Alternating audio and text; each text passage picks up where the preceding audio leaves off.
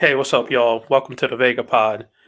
This channel will be discussing both Christian and secular issues from a biblical perspective. So, what's going on, everybody? Saturday night. Sure, everybody's out interacting with their families. Fortunately, with coronavirus, everybody's kind of stuck at home. So, I kind of know how that goes. Um, so, for today, we're actually going to be talking. It's a movie that I think just came out.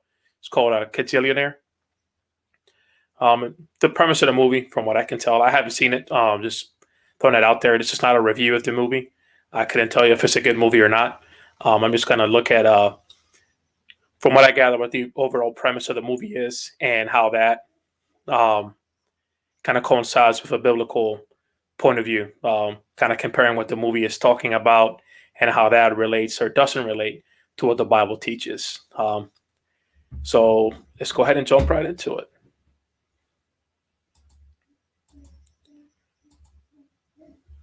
All right. So, yeah, Kajillionaire. This is an article from NBC. If the link is down here, I'll put also in the video description as well, just to make it easy to get to. Kajillionaire shows how boomers stole from millennials and what they'll keep stealing. Miranda July made a heist film that's less about larceny and more about how the me generation is determined to take from us everything they can carry.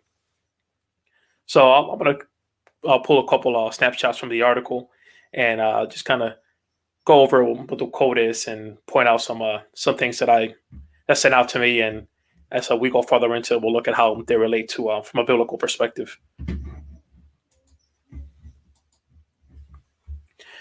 Baby boomers came of age, loving films about embracing individuality and escaping their parents' authoritarian moralism.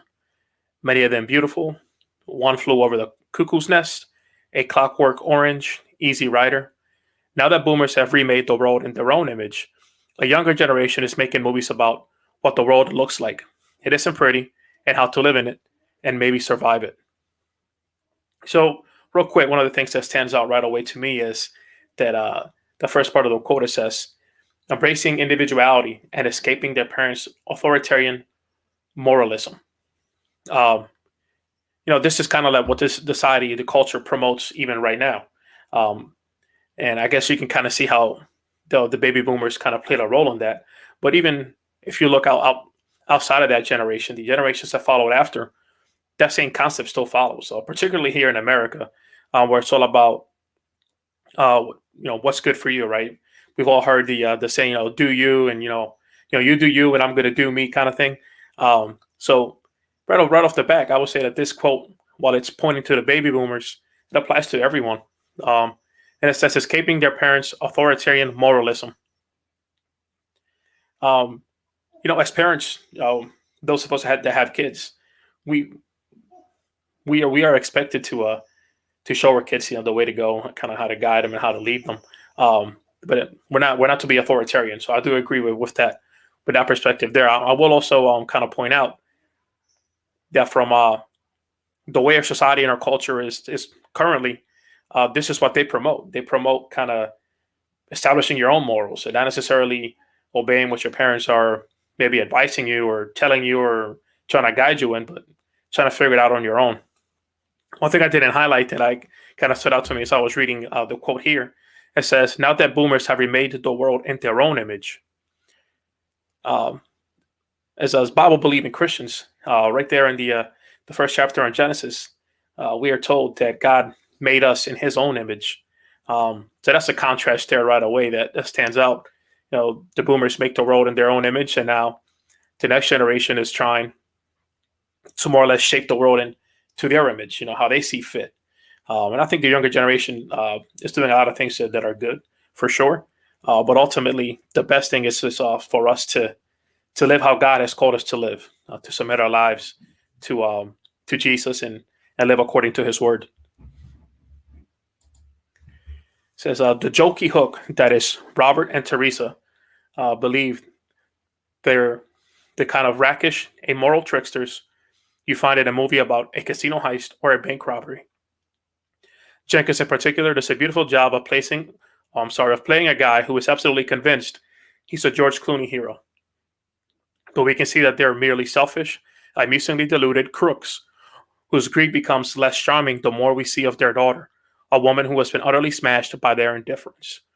Once again, we look at that word right there, amoral. And I would just kind of go back to what I said earlier. Well, we live right now in a time, in a society, in a culture that its morals are relative. It's they're not objective. You kind of create your own morals. Morals are based on society, and if that's the case, then morals are always changing. And if that's the stance we're going to take, then there's really no such thing as amoral. It's just what society deems moral now, kind of thing.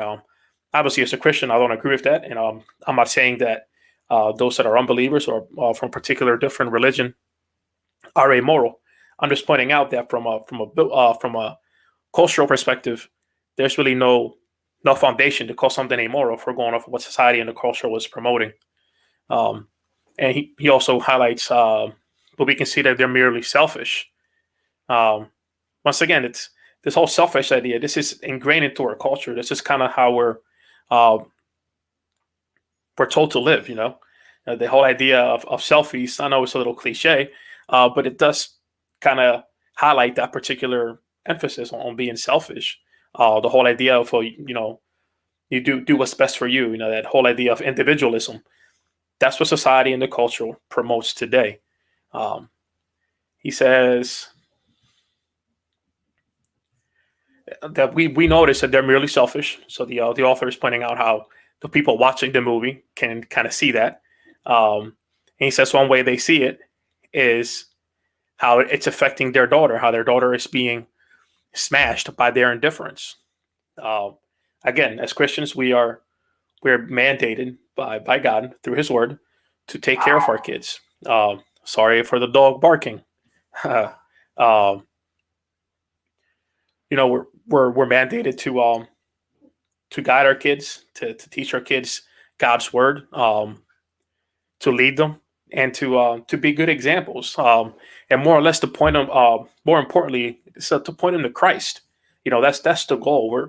We are here to pass on to the next generation the mandates of living the Christian lifestyle. And we don't do that just by our words. We do that by the way we live and our actions, how we interact with people. But he's pointing out how their selfish lifestyle is affecting the parents' selfish lifestyle is affecting their daughter. It's affecting how what she deems to be right and wrong as she gets older. So that's, again, I would just point out how in a culture and a society that has taken on a relative stance on a lot of these issues, there's really no foundation or basis to point this out. He talks about, so it is a heist film and an absolutely savage one, but less about receipt fraud and more about how, in their declining years, the me generation simply won't go away without taking everything they can carry with them. Yeah, there's a whole same idea, kind of the whole me generation. It kind of goes back to what I was saying earlier. It's all about me, right? The whole idea of individualism and what's good for me, and as long as I'm looking out for myself, it doesn't matter what's kind of going on around me, kind of thing. And he's highlighting how the baby boomers kind of started this trend. And from what I gather and from what I've read, that does seem to be consistent from at least from what people that spend their lives kind of studying these kinds of trends, that kind of seems to be in agreement with what they're saying. However, I want to point out that this idea is still alive and well, even within the next generation.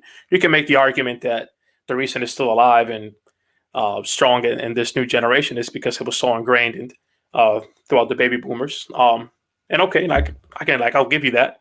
But just to put the blame solely on them, I don't think that's fair. We have to take some responsibility here as well. We live in a society and a culture where we look out for ourselves, right? One thing that we've seen, especially particularly with this pandemic, and not everywhere, but as you look at the news and you see different things and stuff like that, they're looking out for themselves. It's all about me, my family. As long as me and my family are good, nothing else matters. And as we'll look at some of these verses here in a little while, it's just not the right stance to take as Christians. We should be helping. We should be looking out for our families. That is a biblical mandate, but we should also be helping those around us that we can help. And the people that we can help are those who are closest and nearest to us. You don't have to go way out of your way to help people in need. I guarantee you, there's people close to you that need your help. It's just a matter of being willing and kind of taking notice and seeing those things.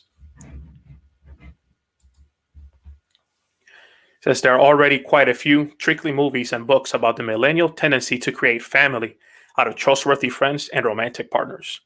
Kajillionaire spends more time than most of them demonstrating why it is necessary for so many people to do this, and it wraps it into the profound need to escape boomer materialism, even if we do so with nothing but the clothes on our backs. It's interesting that as people, right, as humanity, as humans, we all have that desire for community, right, to be together. And he highlights that here when he's talking about how millennials tend to create family out of trustworthy friends and romantic partners. This idea of family, that's God's idea. That's not a man-made idea. That's something that originated with God.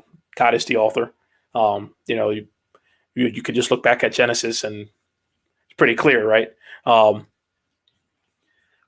But this idea of creating a family out of trustworthy friends and romantic partners, that's what the church is supposed to be. That's what the church is called to be. The church is supposed to be that community where people who aren't related, by blood, can come together because they are a family in Jesus Christ.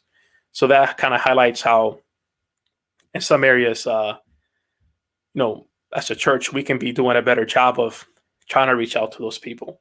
And when those people do come to church, right, making them feel welcomed, and making sure that it's, that it's for real, right, that we're not putting up a front, that we're really embracing them, that we care for them, that it's not one of those things where they come to visit at one time and we kind of overwhelm them with, this sense of feeling, extra welcome the first time, but then after that we lose touch. No, we make an effort to continue to reach out and to follow up with them and to make sure that they're doing well and to make sure that they know and they understand that we care for them and that we want to see them flourish. We want to see them grow in their relationship with Jesus, and we want to see them flourish in life, right? We want to see people, succeed and do well. And he talks here about the NSS, this need to escape boomer materialism. Again, I would just kind of highlight how society and the culture, particularly here in America, that's what it promotes, this idea of materialism, right? People are ordering stuff on Amazon on the left and right. The pandemic hasn't stopped Amazon, let me tell you. You still see those vans driving around all the time. And even, UPS, all that stuff, right? People are still buying and ordering a whole bunch of stuff. Now, granted, some of it is for good. I understand that right now we're at home with our families and, we're ordering maybe some board games online to spend time with your family. Hey, that's great. I think that's awesome. But this idea of materialism, it's what's being promoted. Now, the movie is, and that's not the authors of the article. It's not his fault. He's just emphasizing what the movie is about.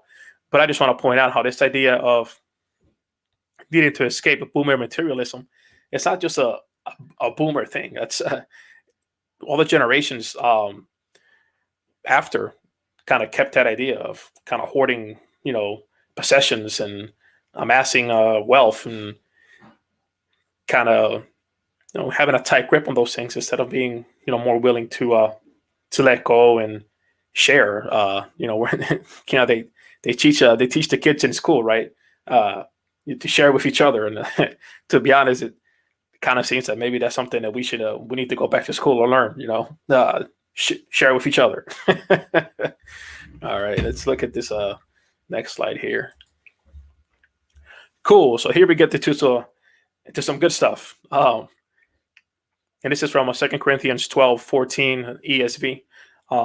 Just for the future, most of the scriptures that I use, The translation that I will use is the ESV. There are other very good translations.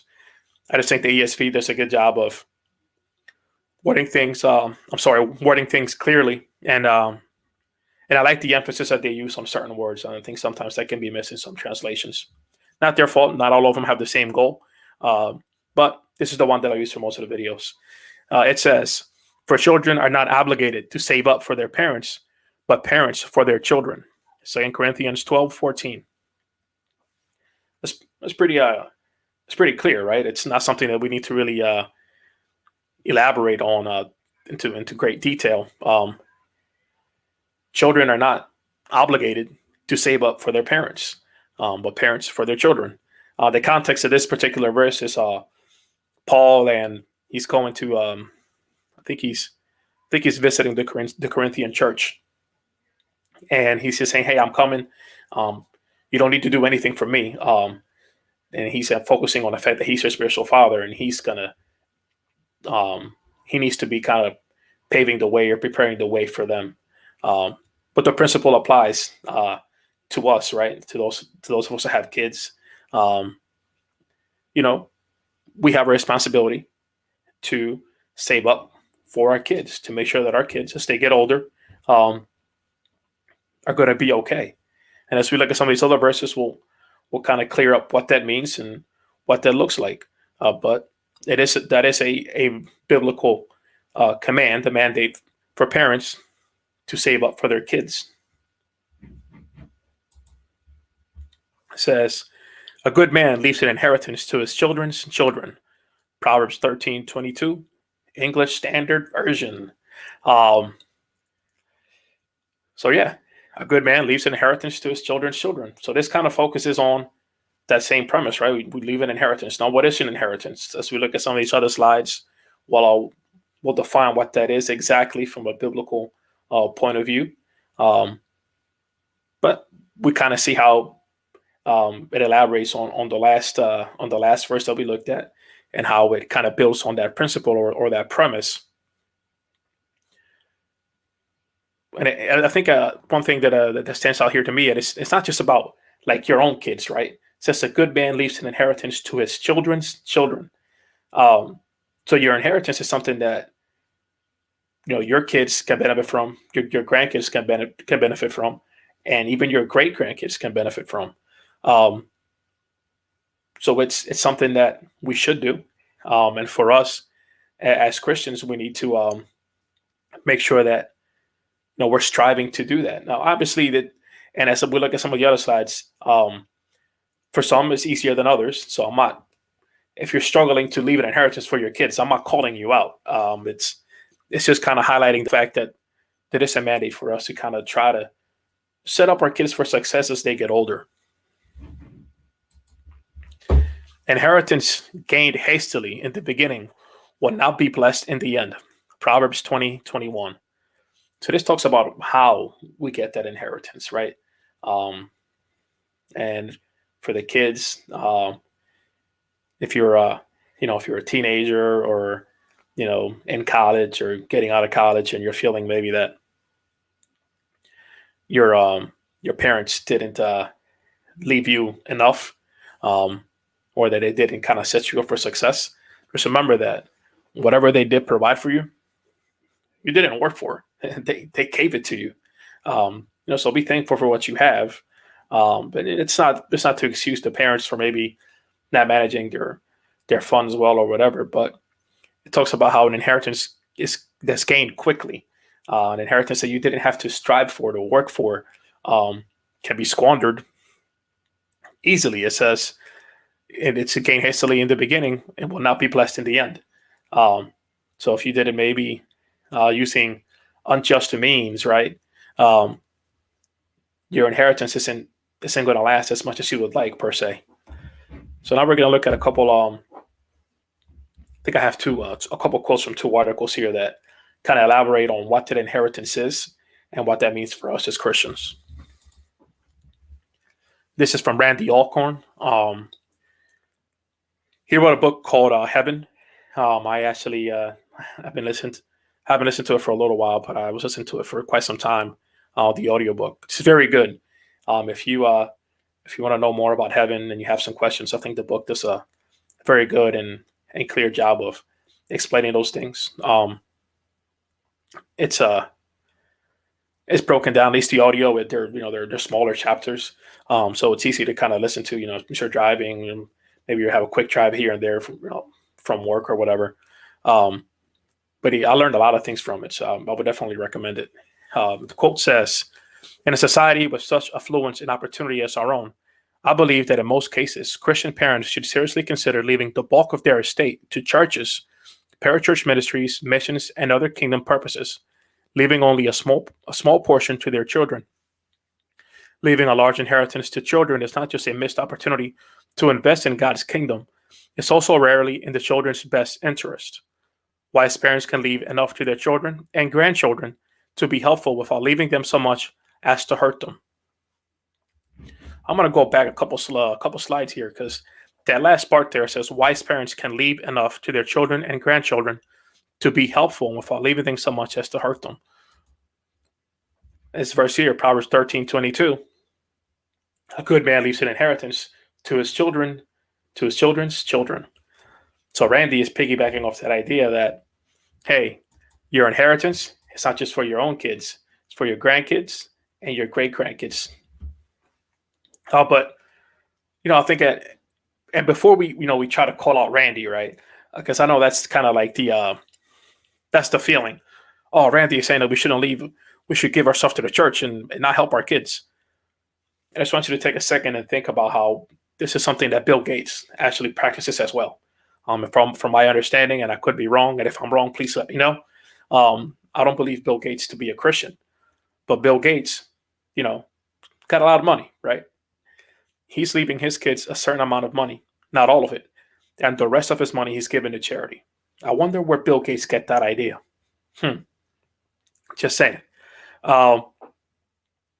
Anyway, so yeah, as Christians, if we have a lot, and even if we don't have a lot, right, we don't want to leave our kids with so much that they don't strive to work on their own. The goal is to help them. And if you're not helping them, then you're hurting them. And it says, I like this portion here. It says, leaving a large inheritance to children is not just a missed opportunity to invest in God's kingdom. It's also rarely in the children's best interests. If you leave your kids a whole bunch of money, they're not going to appreciate the value of hard work. I mean, doesn't apply to all kids, but we do see this happen. So give them enough to help them, kind of step in the right direction, but not enough but not so much that it hurts them, right? We want to bless our kids. We don't want to burden them by giving them more than they can handle. And this is from GotQuestions.org. And like I said, guys, I put the links at the bottom of the slide just so you guys can kind of see where I got it from. But I am going to put the links in the description so you guys can read the articles in length. It says here, in regards to inheritance, it's the example of parents ensuring their family is cared for after death. In modern times, this doesn't necessarily mean land or even material possessions. It can include imparting a good character, ensuring children have an education, or training them in a profession. But when most people think of parents leaving an inheritance for their children, it is in regards to material possessions. The Bible definitely supports the idea of parents leaving their material possessions, wealth, property to their children. Let me read that again. The Bible definitely supports the idea of parents leaving their material possessions, wealth, property to their children. At the same time, parents should not feel obligated to save up everything for their children's inheritance, neglecting themselves in the process. It should never be a matter of guilt or obligation. Rather, it should be an act of love, a final way of expressing your love and appreciation to children. Most important, however, is the parent's responsibility to make sure children are aware of the inheritance they will receive if they follow Christ. Parents are to teach their children about God's expectations. Deuteronomy 6:6-7, Ephesians 6:4, and bring their children to Christ. Mark 10:14. In this way, parents can provide for their children in the greatest way possible. So ultimately, guys, it's not just about leaving your kids a ton of money, possessions, land, cars, right? Houses. In our cases nowadays, I'm not sure how many people actually inherit land nowadays. Mostly it's either homes or cars or maybe a what do you call those? Safety deposit box or something like that. Safe deposit box. It's about teaching them what it is to follow Christ. That's the best inheritance we can leave our kids. Leaving our kids, teaching them how to follow Christ, uh, modeling for them what that looks like, living it out. Right? Um, Kids are, they're sponges. They pick up a lot of the things that I would say just about everything that we do, even the bad stuff. So we have to try to, to be be good examples, be good role models.